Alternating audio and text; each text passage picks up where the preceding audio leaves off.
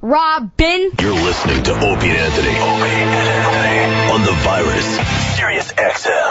We got Donald Trump Jr. in studio. Yes. I saw your tweet. It's Donut Day or something after this? Yeah, I had to come in a little bit earlier because my son's Donut Day, and, you got to make your priorities. Donut Day? Yeah, I don't miss Donut Day. What's Donut Day? I don't know. It's just a bunch of 4-year-olds eating donuts and making their dads fat. Aww. You know what my son decided was yesterday? What's that? His birthday. And we just went with it. Just go with it? How great is that? He decided because it was his Pop-Pop's birthday down there in Philly. Oh. So we did a whole, we had to do it on the fucking phone and stuff. But, man, you really feel like you're watching, a TV show. It's my birthday, because too. we did the birthday phone call, but then we're eating dinner. I go, hey, just leave the phone on. We'll just kind of eavesdrop into your world. You can see what we're doing.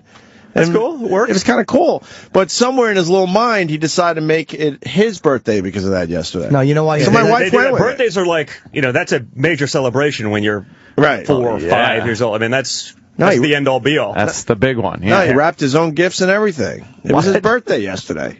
He decided. Hey. Full of kids. It's a madhouse. It's kind of fun, though, because it kind of made yesterday a little more fun than usual. All right. Yeah, my son would turn 4 this month, and he extended his birthday for 3 days. Yeah. So it became a major celebration. Right. So. Not bad. Yeah. Donut Day, though. Why would he just start saying it's birthday on a random day? I wonder who else does that. Your kid's ripping me off. Oh, happy birthday, Jimmy. Jimmy only does that when he goes to he does Japanese hibachi place, and he just tells them it's the birthday every time, so they bring him out the little, Oh, we've all pulled that trick, right? Yeah. That's a very gentlemanly way of saying it, but I do it when I go to massage parlors. Hey, it's my birthday. To give it a little extra for your birthday? Yeah, you get extra fingers. A little extra knuckle? Yeah. Jesus. We've all done the dumb, hey, could you bring a dessert? It's his birthday, and surprise someone at the table. Yeah. Oh, where it's not their birthday. We all think we're clever because we do this. Oh, yeah, because everyone's birthday is that night. You're not that original, but you still think it's funny, and it goes a long way. It's all embarrassing. Yeah. How many kids you have? I got 4. 4? Jesus. 4, yeah, it's pretty ridiculous. Wow. What are the ages now? Almost 6. Right. Just turned 4. Right. 16 months and 4 months. Wow. 16 months and 4 months. Yeah.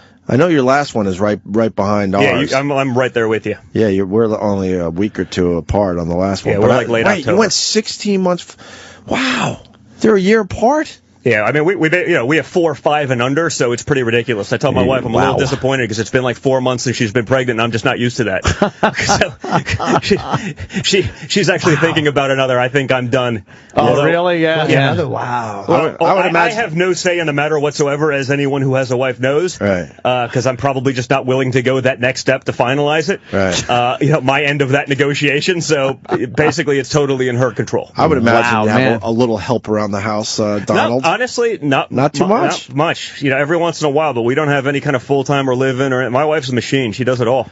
Yeah, it's scary to trust other people. 4 kids we don't like that, and she's very much like that. So she's good for her. This is what she wants to do, and she loves it, and she does an amazing job with it. So it's great. Me and my brother are barely a year apart. That's just crazy. Yeah. No. Yeah. My youngest and my second to youngest are 12 and a half months apart. So, almost Irish twins. And then my other brother after that is 13 months from my other brother. So my mom was the mindset, just get it over with, get them out. They keep themselves busy. It's a lot easier than once they get out of diapers and you go back into diapers. That's a big transition again. So, our theory was just get it out, and be done with it. I just never minded the diaper thing. I thought that would be a big deal. Really? Yeah, I didn't mind it. Wasn't big for you? I don't do much of it because. Oh, you're one of those guys. No. By the way, I have no issue with it. I'm not that. I used to think I'd be that guy. But do you hand off the baby? Or at that point, do you go, all right, I'll change it? That's a woman's work. Go for the pass. Right. I'll do it. I don't have any, when it's your kid, it's a whole lot different than what you think it's going to be. It's just not a big deal. But, I tend to just give it back. And, listen, I work a lot also. So, my wife's not one of those wives like some of my friends where I come home after a 15-hour day and she's like, okay, well, I've been with the kids all day, so now it's your turn. She recognizes that I was breaking my ass. And she's, so she does most of that. I do want to state that other people's baby shits is horrendous. But when it's your own, for some reason, something in your head, I guess, makes it a little easier. Yeah. I don't know. It's different. But then you smell someone else's baby shit. Oh, man, it's a nightmare. Good God. It's a nightmare. Good God. Huh. Would you change a baby? Never. I wouldn't either, man. No. Yeah, but you know what? Every guy I know says that until they Yeah. have a baby, they talk so much But I was crap, never going to change and then someone's like 2 baby. minutes later they're changing Yeah. a baby. I used to say that, by the way. I was like, yeah, Nah. it's just not going to be my thing. You know, we had our first, and like literally 20 minutes later in the hospital, the nurse is like, you know, the baby made poo. Do you want to learn? My wife's like, go do it. I'm like, okay. Wow. So I lasted about 15 minutes with my theory of I'm not going to change a baby. Weird. My nephew is 18, and my sister just You're had another changing baby. your nephew's Your 18-year-old 18 diaper? Your 18-year-old. It's a really weird thing. He'll just wear it, but he wears it on his head. And I'm like, you're doing it wrong. And he just thinks it's funny. Yeah. He's It's like, just so we're much doing easier than military. going to the bathroom. Well, You yeah, just yeah. be like, I Just can just go spits right into it. here. Like, why? Yeah. That's a big age difference. 18 and how old? 5 months, 6 5 months, 6 Yes, months. like, So you're right Oh, behind. yeah. That one's right behind our babies, too. it's really bizarre. Like, why would you do that? Now you got to start all over. It just Wow, worked out after that way. That is a 18 nightmare, man. years. I can't imagine that. Yeah. Like, you're ready to get them out of the house. You're about to start your life over.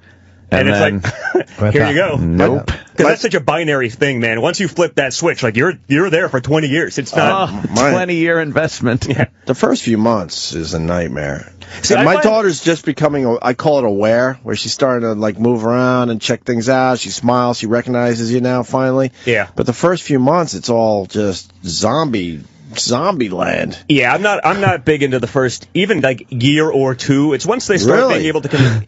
I can't relate. Oh, you're just not a nice guy. No, listen, listen, if you follow my Twitter feed, I'm always doing something with my kids, but I need some back and forth. No, I'm surprised you're saying 2 years, to be honest with you. Yeah, like my listen, son, maybe it's a little extreme, but like that's around when they 18 start, months is when I really start digging my son. Okay, but yeah, when they're starting to walk and do that kind of stuff, Yeah, then you yeah. can start playing with them a lot better. But that first year is painful, man. I can't do it. Yeah, the first year was a little rough, but first 4 months especially. But like for now me. with my he's like my little sidekick, man. We just go everywhere together when I'm, on the weekends and stuff. So it's Nice. It's a lot different. A little mini-me. Oh yeah. You get to do any fly fishing, any hunting? What are you at? Yeah, these days? all Ice this hunting fishing? season's over. No, I'm not a big ice fisherman. No? Man. The idea of sitting there and just doing nothing, I need freezing. a little bit more active outdoor, activity. So, season's going to start, pretty soon, April 1st, basically, and I'll start heading up or hitting upstate, like Lake Ontario trips and stuff on the weekend. Get out there. So, Oh, you go I all the know way you up have to- the open invite up, so I'm not gonna keep going for that because it's freaking embarrassing at this point. Like,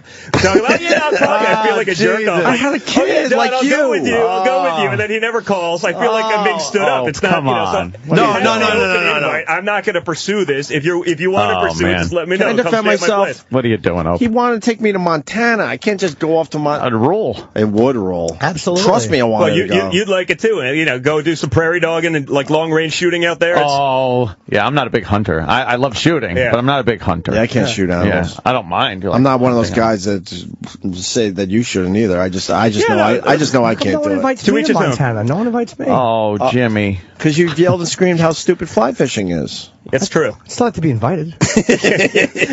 So you can hate on us for a week. That's yeah. gonna be great. I can't wait. Thanks. And then I'm thinking like, I want to be invited. I was gonna be last man in. It's all his friends that he obviously has known forever, and I'm like, man, I will look like the biggest fucking dork if I don't fit in. Well, you Not have fit in. By the way, if you in. wouldn't fit It's in, I not probably school. wouldn't invite you because I Right. wouldn't do that to you because then I feel awkward about I hate having to like tell the you one this. guy that's not fitting in and then you Right. know, I hate to since tell you're you my this. friend, I got to deal with you. Like I don't want to do that. We crap, were so- brought up a little differently, sir. I was brought up very poor. Oh. What's your point? I don't know. We might not fit in. I don't know. I don't know how that works. You You make inroads. Hold on, A lot of my friends are blue collar Yeah, Jimmy guys. will Just because I explain. was brought up not that way. Like I was still brought up with like a good understanding of the other side. I'm really because my just- Eastern European grandparents. I mean, I've gone I'm through really this with you guys just. before. I'm really just You're joking. With dealing you. with- I know that you worked your ass Let off me and explain you Molly made your own Ringwald. way. Let me explain Molly Molly Ringwald and Pretty in Pink. She's afraid that she's going to go away with you and all the rich kids won't like her. You know what? Jimmy's right. But honestly, like it's more about me and not- like my friends aren't necessarily That's funny. of that demo. Right, I got a lot of just blue collar. Listen, because the hunting and fishing and stuff like that. I'm sort of. I know it's hard to believe, and I get it if you think I'm exaggerating it like a lot, but No. I can fit in both sides of the spectrum. No, I can you've do been- redneck pretty well. No, you've been in here enough that we know what you're all about. Yeah. Where in Ontario do you fish? Well, not Ontario, but like basically Pulaski, New York, like Lake Ontario tribs for the steelhead. And Oh, you big go brown trout. steelhead. So, Yeah. Steelhead they're nasty, man. Yeah, they're fun to catch. And just, listen, just They're break just up the year. One big head muscle, basically. Yeah. They'll give you a fight. Yeah. It's all about that tug, they pull. Not like your kind of tug. Oh, no. Not the type with an apology. Different kind of tug. Really? Jim got all excited when I said tug. You don't saw him light up. You don't need Visine and a lawyer? You ever do tuna fishing? I have. I'm obsessed with that dumb show, Wicked Tuna. I have. I think it's Nat Geo. Yeah, I mean, not so much that guy. I mean, I'll go chase them with a fly rod and stuff like that also. So is that a long day, though? It can be, man. Some of that deep sea stuff is, it just takes can be forever great, to get or it can be like something standing in a cold shower tearing up $100 bills. It's really. It can, you're sitting there. Some days are. I mean, I had a day this summer. I was invited with a friend to go down to the Dominican Republic, and we caught. I think we went like 7 for 9 on blue marlin, which is like unheard of in a day. So that was the most exciting day ever. But I was also with like a tournament captain. That's all he's done for 25 years. He was like, yeah, well, that was like the top 3 day of my entire career. So I was like, so basically, there's zero chance I'll ever have something like that again. So I basically retired from deep sea fishing. Yeah. I'll stick with the fly rod and inshore stuff, and I can't wait to do a little more fly fishing. I really do want to go back up there. Well, like I said, man, just shoot me an email. Really? See? But then I feel like it's an empty invite. We have weird, like... he's a real pain in the ass. Like, listen, I'm just being honest with you. Like 6 times, 7 times, or whatever. And like each time I'm like, no, seriously. And like, we did exchange my numbers. free time is precious to me. Like, I work hard, but I play hard too. And I would not sacrifice a weekend to babysit your ass if I didn't really want you to be there. Like, I'm not doing this for fun. Like, I'm not one of those like false invite guys. It's just not what I do. Like, I probably should do stuff like that for business, but life's too short to hang out with people you don't actually want to hang out with. This is what it's based on. We've had Quentin Tarantino in here. Yeah. It's like, next time you're out in L.A., man, look me up. Love to, have you over. We'll do, he does movie night or whatever. I'm like, that's awesome. Never looked him up. Because I don't know how to get a hold of him. Fishing is different. Like, fishing and outdoor stuff is different. Like, it's a guy's thing. You get together. Like, it's not. No, but we didn't exchange numbers. Jerry Cantrell, I saw it. He goes, hey, we should get together. And, I'm like, all right, yeah, if you want to, text me later. We're going to, and he did. Well, he texted me later. We went out, and it was like, I don't really know him that well, but it was a genuine thing, and I haven't seen him since. Did you hang out? Yeah, it was a couple years ago. Well, I went out to L.A., and Greg Brady did the same thing, and we did exchange numbers. So I'm out in L.A. I go, hey, you said to call when, I'm here. He goes, oh, great, come on up. So I went way up into Bel Air, this ridiculous house overlooking like everything, literally everything with an infinity pool. It was an amazing spot. Turns out it was his wife's money. She was an international banker. I thought it was Brady Bunch money. That Branson, Missouri show money didn't do it? No? And he's the coolest guy. We've known each other a bunch of years. And long story short, I brought a friend with me just because I felt uncomfortable just showing up at Greg Brady's house. And Greg Brady. And I saw him and his wife having a conversation near the refrigerator because I kind of showed up unexpected, and I basically had Greg Brady's leftovers. They were trying to figure out what they could serve me in the fucking refrigerator. But we really had a great night. You should call in advance, like a couple days. Like, I'm going to be in L.A. on Tuesday. Are you around? I'm not that guy. I'm last minute guy. No, but I mean, that's how I do. Yeah. I never call last minute. Give them a couple days, and if they want to see me, they'll see me. Yeah. By the way, I used to be like that also, but I've sort of gotten over it. And like sometimes when someone gives you that invite, even if you don't know them, like, say, you know what? Screw it. Like, I'm going to put out that phone call. I'll make the effort. And honestly, I've made like a lot of great friends, like people that are now like very close friends that I probably would have never gotten to know had I just been you just got to pick up the phone sometimes. People are so afraid of kind of networking or whatever, and it's honestly one of the best things you can do in life is just get over that like fear of rejection. Like, what's the worst thing they can say? Yeah, sorry, I can't do it. Okay. I wanted to go to Montana, but my wife was pregnant at the time. The kid was a little younger. It was just a weird time. So I think I'm finally out of the woods and I could start doing some things again. Well, it's a good time if you want to go. We'll probably go again this year. To Montana again. Yeah. Well, listen, we do it like, because it's hard for me to take a week off also. So we'll go out like, Wednesday night, fish Thursday, Friday, Saturday, Sunday morning, back on, and just back, you know. Do we get the power fishing? Do we get the private plane on this one? No, man. We're not. If I'm not. Damn it! DJT is not a big outdoorsman, and if I'm not with DJT, I don't fly private. It's sort of, no, you've said that on our show. You don't fly private. Yeah, no, everyone assumes that. They're like, oh, your travel schedule's not so bad because you're flying private. I'm like, yeah, right. I'm not even flying business class usually. You fly coach? Yeah, usually. Wow. You know what? I sort of had a principle like when I was young, it was sort of easy. And then as I got older, and even with work, it was sort of like, well, you're flying sometimes with a whole team of younger guys, for business. I'm not flying them business class. It's just, wasteful. But I have a hard time just myself being like, okay, even if I'm senior or whatever, like, putting them in the back and sitting in the front. Because I was used to that, like, with my mom, like, she'd be in first class. I was like, that kind of sucks. Like, damn, what's going on up there? As we were kids, and so, you're looking at three guys. If I'm going to make them do it, I'm going to do it myself. And, you're looking at three guys that absolutely agree with you. What? I have not sat in a coach seat. I've seen that for Sam in years. I would make my girlfriend sit in fucking coach if there was only one seat. We refused to fly coach to Cleveland. Yeah. Do you understand? Yeah, I do a lot of international flights that way. We refused. They almost had to cancel the trip because we were being divas about it. Yeah, it's just honestly, it's just a principle thing for me. And I'm like, just whether it's like the Scottish half of me, I'm just naturally cheap. I feel like like a 2-hour flight's $6,000 versus like $800. Right. I feel like an idiot. Like I'm just going to be reading a book anyway. You just feel stupid spending the money, and I can't. It's just the way I was brought up. Wait. Scottish people are known to be a little cheap. Apparently, that's what I hear. Yeah, thrifty. Yeah, I didn't know that. Thrifty, whatever. Oh yeah, Scotsman. Really? Yeah. I've never heard that before. Yeah. Your dad was on the phone yesterday. I heard that, and I was like, oh boy, because I've literally had one of those weeks where I've been going like 8 till midnight working on a deal because it's one of those deals that if people leave and go their respective ways, like it'll never get done. Yeah. So I've just kind of institute the lockdown policy. So I have no idea what's going on in the world in 4 days. But I saw on my Twitter feed that someone said he was on yesterday. So I was like, oh boy, now I'm going to get ambushed. I have no idea what's coming. I know based on history. That could, we got over that. That interview could go either way. We got over that. No, it was a misunderstanding. Coming back to the office later on, he's like, yeah, you're fired for going on with those idiots. He was hilarious. He did say he would never go on our show again, but we got past that. Oh, that's good. Yeah, we got past that a few years ago. I'd like to think I smoothed over those waters. Probably did. Who knows? It was a misunderstanding. He's been in those situations with plenty of people over the years. It happens. I'd say there's some. He's a very dynamic personality, and has he always talked his mind like that? Like he doesn't care. He doesn't care. Well, you know what? And by the way, I think he's earned that right. No, I love it. And I absolutely love it. And if everyone was honest with themselves, they would do it, and we'd be a better society for it. There's just so much caging, and so many people won't say what they really think, so they act on like sort of false actions. It's just inefficient and a waste. It's ridiculous. Do you ever win arguments with him when you were growing up? Because it seems like he's a very dominant, bright guy, and if you're not attached to him, it doesn't really matter. But when you're living in that world, it's probably difficult. I mean, it's actually a really good question because I probably spent a lot of time in my life trying to.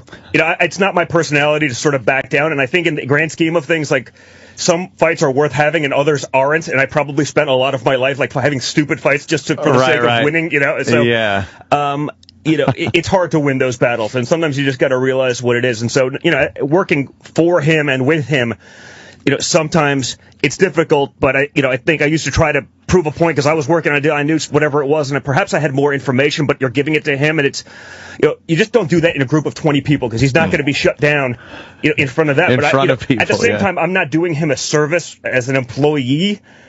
Not telling him what I really think. You just got to pick a time and a place, and you got to do it not in front of everyone else, so he doesn't have to have that. No, I'm the big dog. This is how we're going to do it. Just to prove the point. So don't ever go against the family in front of her. Exactly. But there's a lot of truth to it. You know what I mean? And so I think I probably did a lousy job of that growing up, and I've sort of figured it out, and because of that, have just garnered a much better relationship and with it. Well, this Celebrity Apprentice looks good. Oh, yeah, it's good. Oh, yeah, the cast of All-Stars. It's all the All-Stars. Right. Yeah, well, also what it is everyone's been there, done that, so you don't have, like, the first 6-episode lull where people are trying to be nice, and, they're just like, you know what, we've been... Out for blood immediately. Oh, they jump right in because they understand the game. This is not their first rodeo. They're just like, boom. Yeah. There's some good surprises early. Penn Jillette was in here recently. he's a good friend of the show. He said that the boardrooms are like 2.5 hours long. Sometimes longer. Like you don't see it in the show. It's hard to translate it over. And like I wish they could do like an outtakes reel because there's some shit that goes on in there it's just amazing. The problem it has no relevance towards what ends up happening in the end. So it's sort of with a limited amount of airtime, you got to cut it. Yeah. But those things are intense, and they just go. Like they don't stop. None of it's scripted. It's just like free flowing crazy. But I would love to see that. There's got to be a place for that. I would think online so. or something. There's some stuff. Like I said, I'd say 50% of the best stuff ever on The Apprentice happens, and it ends up on the cutting room floor because there's just not enough time. And there's no way to present it. It's just not. How did Gene Simmons behave when he was on? Because Gene likes to talk and Gene likes to dominate, but in that situation in the boardroom, you really can't. So how did he act on the? I had a good time with Gene. I have a lot of respect for him. He's a very bright guy, everything like that. But he in his own world, he's a big dog, but you can't be the big dog when you're a contestant on a show. And I think he tried to show that, and that's why he got fired. Like by the way, there's no question in my mind. You didn't want to get rid of him, but there's a point where you take a stand. It goes against everything that the executives and everyone else said, and it's like. Come on, we'll give you the out. Like, try to, like, we just want to fire the guy that no one cares about, Gene. We'd love to keep you on this show, but you that's you what can't do it, or it stops being real. Yeah, your dad said that yesterday. The exact same thing. It's about Dice. Like, who doesn't want Dice running around like an asshole on the show? It's very entertaining. Yeah. But he said if they would have kept him and gotten rid of somebody else at that time, people would have been like, wait a minute. Yeah, you can't do it. And I would have loved to have him on there just, creating havoc. And I thought he was a great guy. I was disappointed to see him go, but the show has to have credibility. What was his deal? He didn't want to make the cupcakes or the cookies or something? I don't make the cupcakes. Was it cupcakes? Well, but by the way, also, don't kid yourself. Like, the show is intense, man. These guys work 20 hours a day. Right. It's a lot of personalities. Like, if you're not ready for that, like people say, it's a game show. We'll go on for an hour. We'll do a little bit, and it's, we'll get a soundbite in or two. It's not that way. It's intense, and so there's people that get on, and they just cannot keep up, man. They're freaking exhausted. They literally just give up. And so there's an element I've seen of that, and there may have been some of that with Dice, where it's just like, holy crap, I bit off a bit more than I can chew. Like, I got to get out, and maybe that's the way I get out, by taking and you've seen guys basically quit because they're just can't handle it. I'm sleepy. I need a nap. I'm a little tired. I'm tired over here. He was on what, 1 episode, 2 episodes? I think he was one of the first guys going, right? First one gone. We loved it. He would have been great too. Oh, he would have been awesome. Like he's literally like, that's one of the ones that disappointed me. I was like, How's Dennis Rodman, man? Honestly, he's a good guy. Yeah. He's a good guy. I had some fun with him. Is he still having a problem with the drinking? He seemed like he was actually getting his stuff together. Right? I think it probably, definitely, better than the last time, but, but it's sort of, the problem is, I think, that's sort of his thing.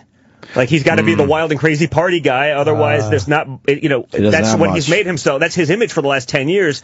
You try to remake yourself now, it's a bit hard. Yeah, but why wouldn't he want to be healthy?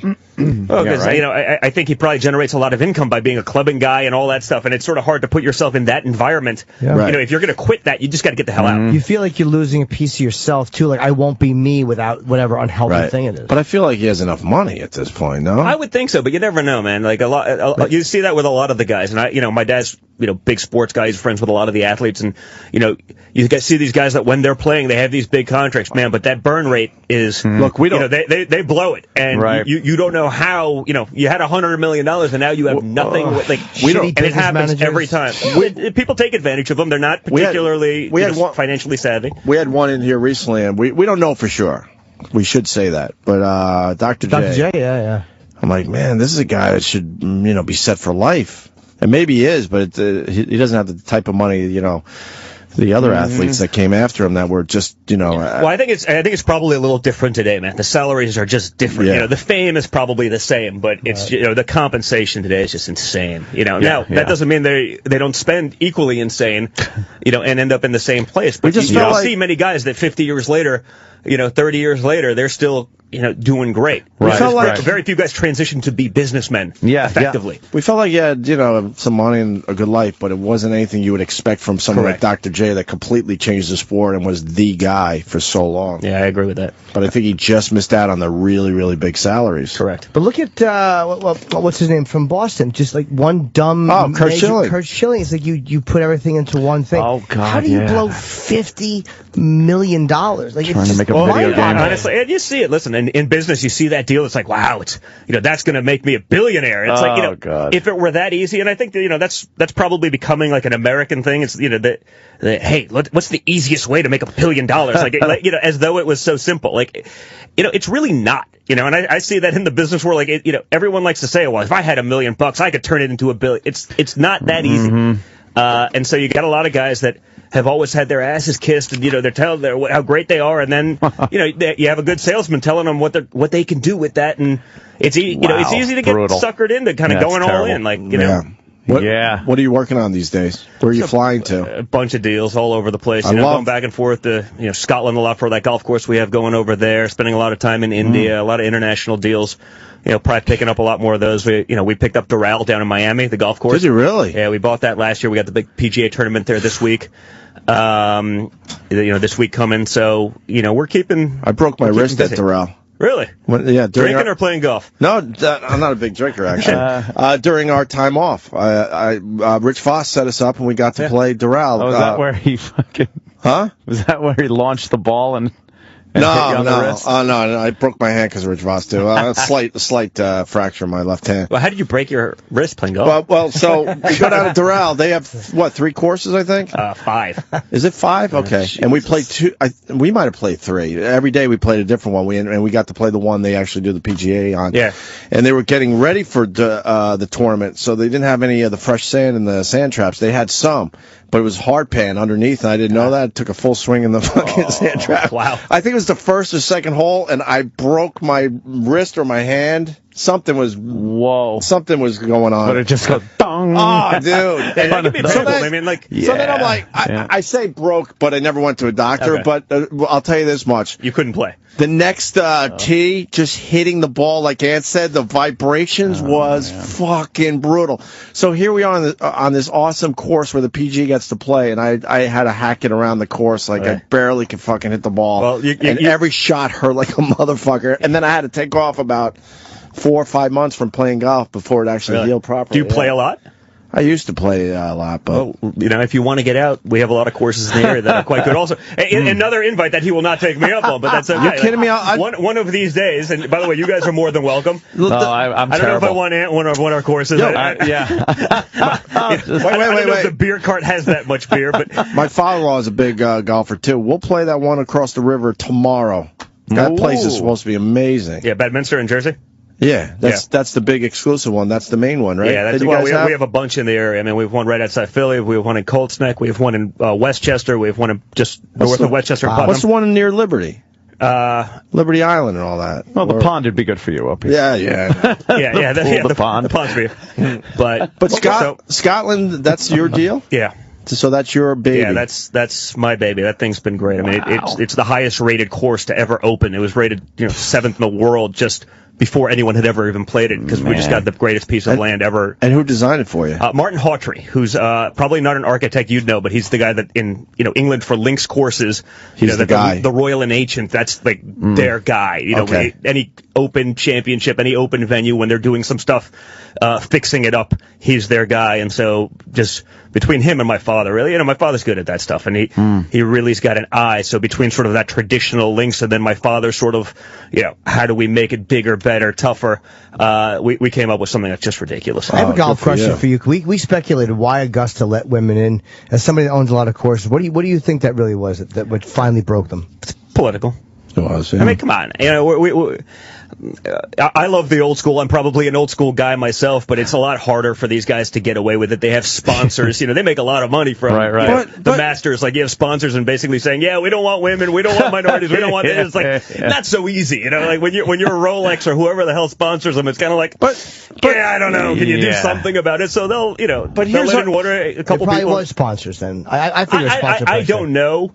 It's not like they need the money. I mean, that's a... They felt a lot of pressure. But they got a lot of pressure. Our point, because we talk about this from time to time on our show, we're not begging to get into women's clubs and stuff. Why do they have to be where we are when we're doing our thing like that? It's the way of the world, my friend. That sounds... And that sounds... Everyone wants what, but to go back is almost ridiculous. Could I play in the WNBA because I'm not good enough to play in the NBA? No way. But if there's someone who's a woman basketball player and she was good enough and that, But does it sound male chauvinist to say that? that in this day and age, or is it something? It does, but it's it is by the definition of the word, but it's ridiculous that we say that, because again, but people can't help. If women want to be empowered, why wouldn't they go off and there's a ton of powerful women out there and start their own stuff and say fuck them? We don't give a fuck about them. We're gonna start our own traditions and our own clubs just for women. Because it's it's a lot easier to do it the other way, and break balls, and they'll eventually win, because that's the way. That's where we're going. We're just becoming a different society, and for better or worse.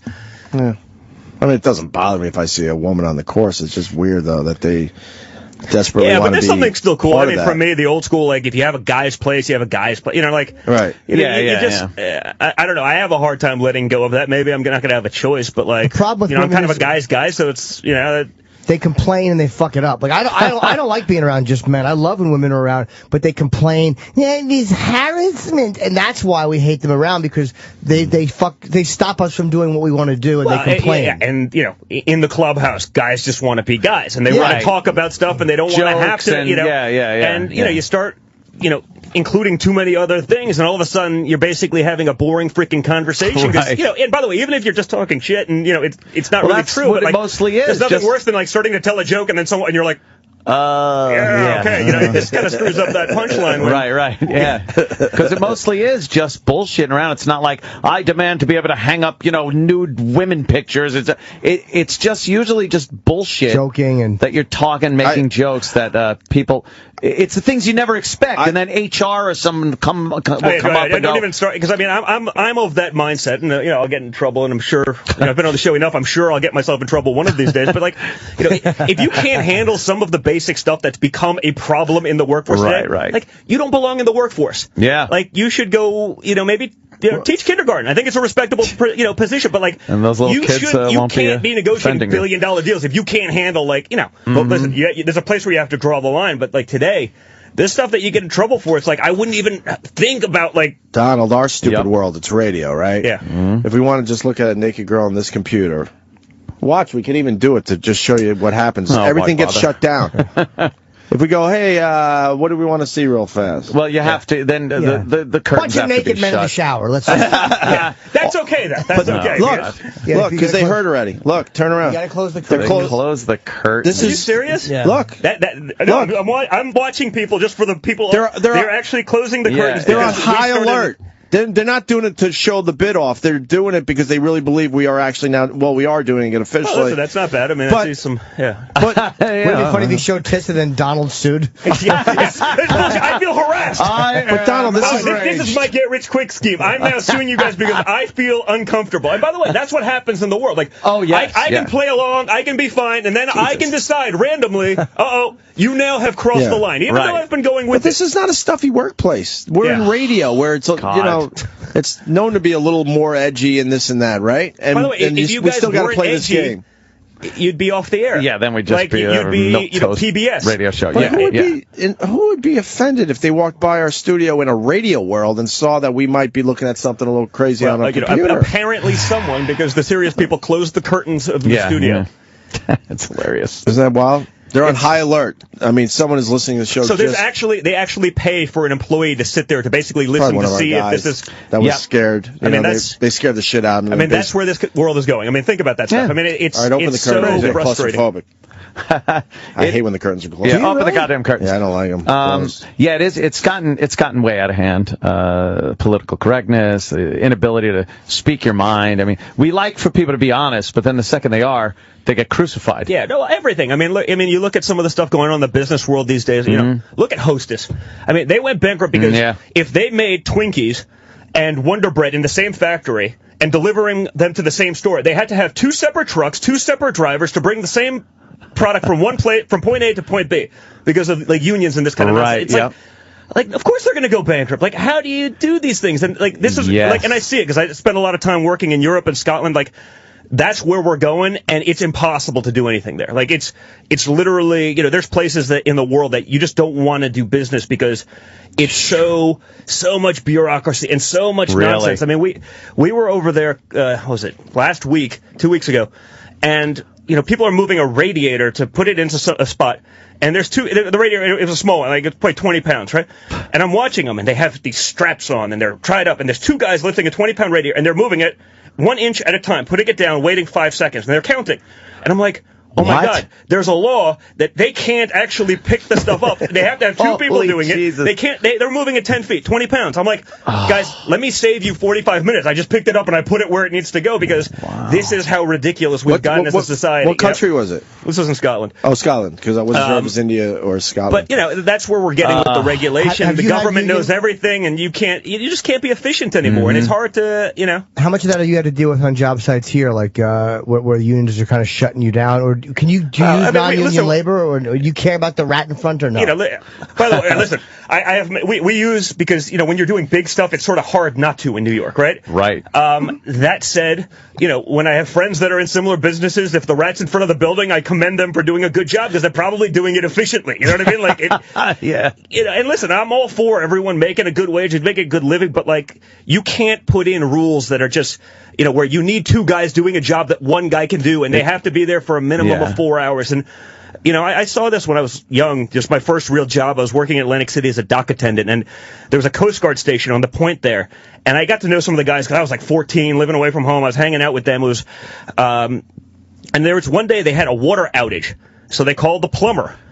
The plumber goes to the water main, but there was a piece of plywood over the water main. So they're like, okay, here, you go in. He's like, no, I can't touch it now because there's a piece of plywood over it. It wasn't like a door or anything. Guy or something. We need the carpenter here. And because it's a major water main, we need the master carpenter in the whole area and his assistant.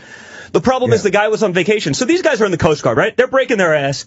They're protecting our country. And, they can't get water because the freaking union, plumber won't even do them a solid. And is that what the union was supposed to be there for? Yes. Is that what the initial... The notion has changed. And I talk about, the car companies in America. And when, what was it, General Motors, $6,000 of every car that they make, of like a $30,000 car, goes to pay people who no longer work there. Yeah.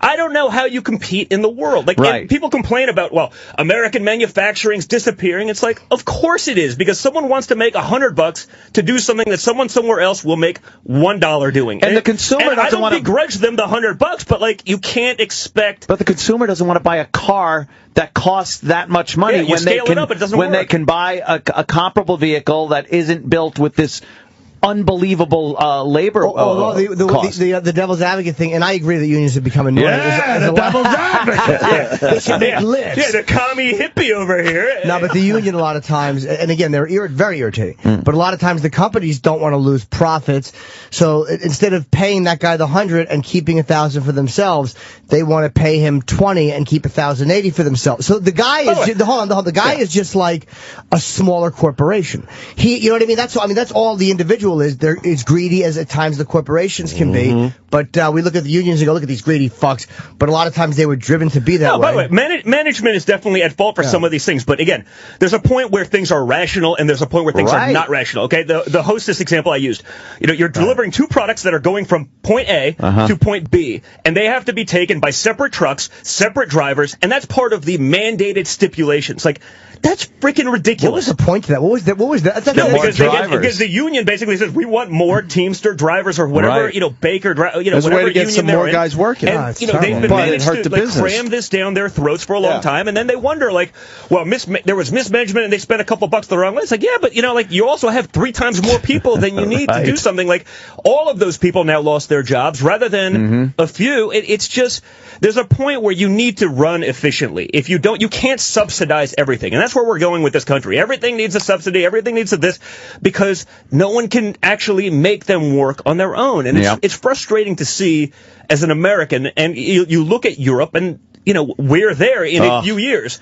And that's why they can't do anything. They can't get out of their own way. Yeah. And we are definitely headed in that direction. Wow. Terrible. What does this have to do with Celebrity Apprentice? I have no idea, but it's they're unionizing. All the celebrities are unionizing. Who are the ones to look for this season? You can't name them all, please. No, listen. Give us a few highlights here. listen, there's the guys that are solid competitors, and there's the guys that are their impediments. Oh, no, I think you can look down the list. I mean, solid competitors. You said, Penn Jillette, Little John. You got Trace, obviously. Brett Michaels, who won it. Yeah, Brett's, just a great guy and become a great friend. Let me pick an albatross. You got an Omarosa. You got Stephen Baldwin. Rodman. You got some guys that are going to get in the way. Is she nuts, LaToya?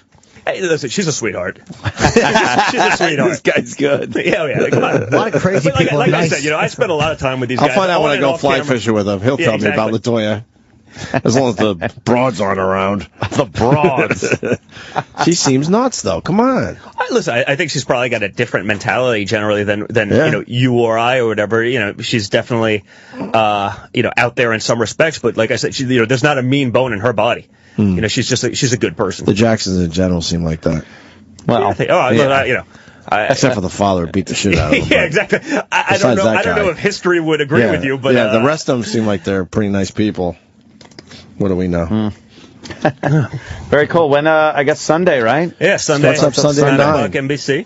Very cool, man. Yeah, it's going to be fun. Nice. So you have to go to Donut Day now? Donuts. Yeah, I think donuts. Donuts. Yeah, I need that like a hole in the head, but I think I'll. What's your favorite donut? What? Oof. Are you a Krispy Kreme guy? Oh, in terms of company? Yeah, let's go company first. I'd say I'm a Dunkin' guy. Dunkin' Donuts. D&D. Yeah. But you just give me a cruller, I dip it. What the hell do I know? Regular Joe. I don't eat much donuts. It's not my kind of food. I try to avoid those. Unnecessary. You try to eat healthy? I like dinky donuts. I don't eat healthy. No, I work out hard, but I'd much rather have a steak, kind of meal than load up on donuts and then feel guilty for the rest of the day. So I work out hard so I can eat what I want, but it's generally not like my point snack is junk food. With kids in the house, there's always treats around. Yeah. Well, and I try to keep all that shit out of the house. I can't waste food. But now I can't with grandmother kids. beat that into me, so I can't waste food. So when the kids, they order this and they order that, and it's just like all of it's left over, and I'm like, okay, I'll finish. Like, it's hard with kids. Wow. You really can't waste food. I have a hard time with it. I have a hard time with it. It was like, you got that guilt trip from like my, Czechoslovakian grandmother. It was like, I didn't spend 2 years hiding in a basement from the Nazis to, I'm just like, all right, that's a lot worse because I was going to say, my mom would put the egg timer on and we had to finish our meal every single fucking time.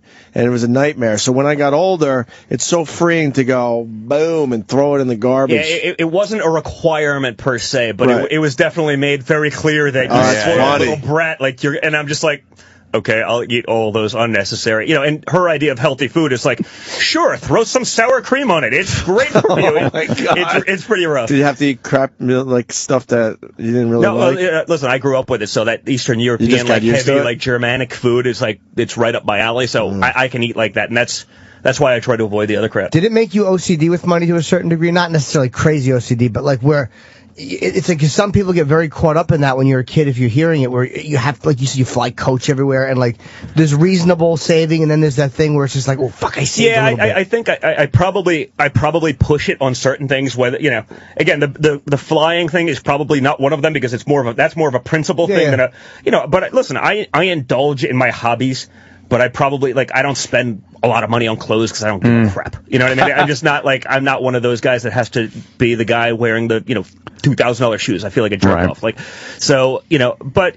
definitely indulge in my, my firearms hobby and, those kind of things. You're New York resident, right? Oh, yeah. Yes. Don't even get me started. Having any troubles? No, I just wanted to quickly delve into that part of it. Yeah, no. Well, listen, I don't have any troubles because I'll comply with the laws. That's what it is, yeah. I feel like you have a 10-round mag to put 7 rounds in it.